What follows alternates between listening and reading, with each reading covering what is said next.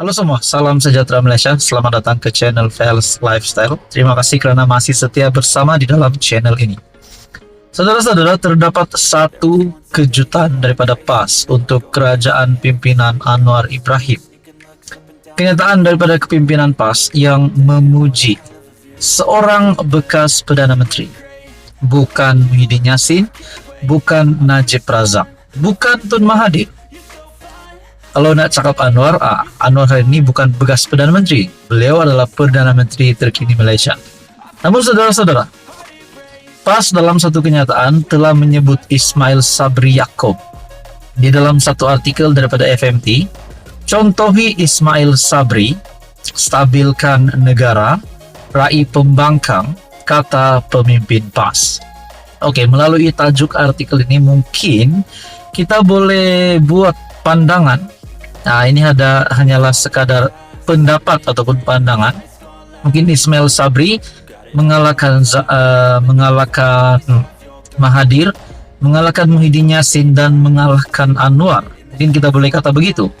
Ataupun mungkin kepimpinan PAS minat akan Ismail Sabri Yaakob untuk menyertai parti itu. Itu mungkin tidak mustahil untuk berlaku.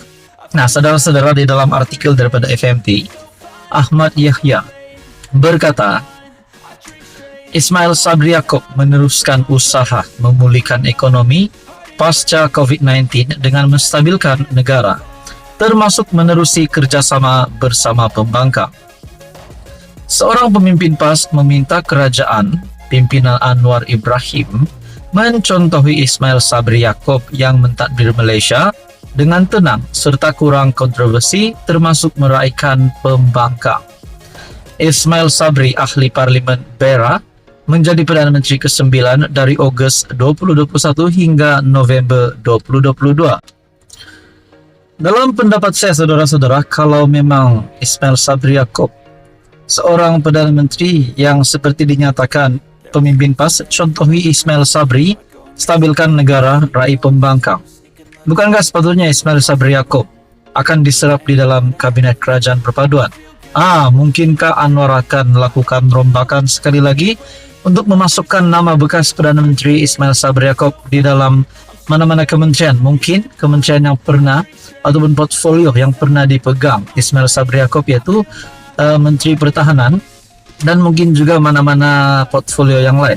Di dalam artikel ini menyebut lagi, Ketua Dewan Ulama PAS Ahmad Yahya berkata, Ismail Sabri yang meneruskan pentadbiran Muhyiddin Yassin berdepan cabaran untuk memulihkan ekonomi pasca COVID-19 yang memerlukannya bekerja sama dengan pembangkang bagi menstabilkan negara. Saya kira sewaktu Ismail Sabri menjadi PM, berjaya menjadikan Malaysia tenang dan meraihkan pembangkang, malah kita jarang dengar isu seperti yang berlaku hari ini.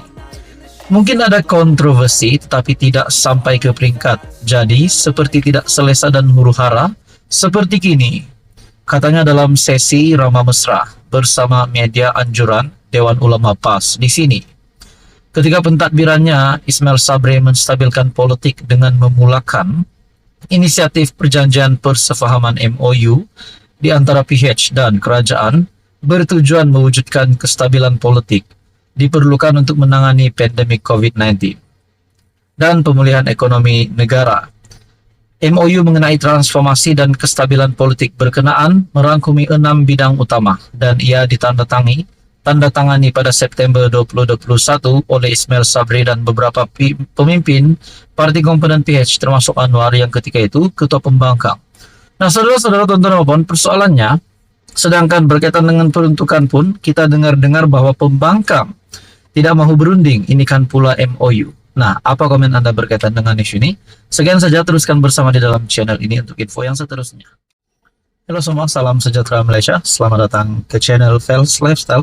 Terima kasih kerana masih setia bersama dengan admin di dalam channel ini. Saudara-saudara yang amat dihormati, tuan-tuan dan puan-puan, baru-baru ini salah satu menteri di dalam kabinet kerajaan telah disebut ramai setelah nama menteri ini disebut-sebut kerana melibatkan satu perkataan, yaitu perkataan kafir yang akhirnya mengundang ramai kecaman, ramai netizen yang mengecam kenyataan beliau. Nah, ada satu hari ini berita susulan berkaitan dengan perkara itu. Dalam artikel daripada Malaysia Kini, Fadlina akhirnya melakukan ini selepas ramai yang mengecam tindakan beliau baru-baru ini. Fadlina minta maaf tapi tiada kompromi pada pemfitnah. Menteri Pendidikan Fadlina Sidek hari ini membuat permohonan maaf susulan tularnya klip video pendek memaparkannya. Kononnya dia menolak penggunaan perkataan kafir. Oke, tuan-tuan dan puan yang amat dihormati, sebelum kita mengupas lebih dalam berkaitan dengan isu ini, apa komen Anda berkaitan perkara ini? Sudah pasti kita mahu komen-komen yang membina, komen yang positif, di mana menunjukkan bahwa kita ini rakyat Malaysia bertolak ansur. Tapi apa yang dilakukan Fadlina ini mengundang banyak kecaman.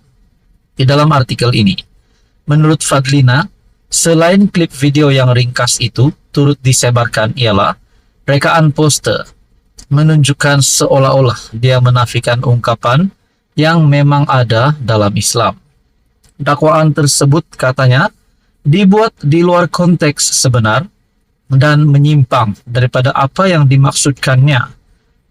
Saya ingin memohon maaf sekiranya ada mengguris perasaan mana-mana pihak atas kesalahfahaman, keterlanjuran kata, dan khilaf yang datang daripada kelemahan diri saya, katanya dalam kenyataan hari ini. Artikel ini diterbitkan pada 31 Mac. Dakwaan tersebut katanya dibuat di luar konteks sebenar dan menyimpang daripada apa yang dimaksudkannya. Menurut Fadlina, pandangan yang diberikannya itu dibuat dalam majlis tertutup ketika dia menyentuh kemelut penyebaran sentimen kebencian, sikap GULU, GHULUW melampau. Maafkan saya sekiranya saya salah menyebut perkataan ini. Dan gejala takfiri dalam kalangan segelintir masyarakat. Katanya sentimen jahat tersebut menular sehingga kepada anak-anak di sekolah dan ia tercetus hasil interaksi mereka dengan orang lebih dewasa yang mengambil pendekatan ekstrim. Saya sebutkan bahwa saya tidak membenarkan anak-anak saya menyebut istilah kafir yang mempunyai konotasi kebencian terhadap warga non-muslim yang hidup bersama-sama dalam negara tercinta, jelasnya. Pada masa sama, ahli parlimen Nibong Tebal itu juga mengingatkan dia tidak akan berkompromi dengan sesiapa atau mana-mana pihak yang terlibat dalam fitnah terhadapnya. Saya tidak kompromi soal fitnah dan tuduhan jahat, serta kesengajaan penyelewengan konteks, lebih-lebih lagi ancaman keselamatan terhadap diri saya dan keluarga. Hakikatnya ia adalah suatu salah faham dan kesengajaan penyelewengan konteks sebagaimana dinyatakan sebelum ini. Sejak semalam tular dakwaan, Fadlina mengharamkan penggunaan kalimat kafir termasuk di rumah dan dalam kalangan anak-anaknya.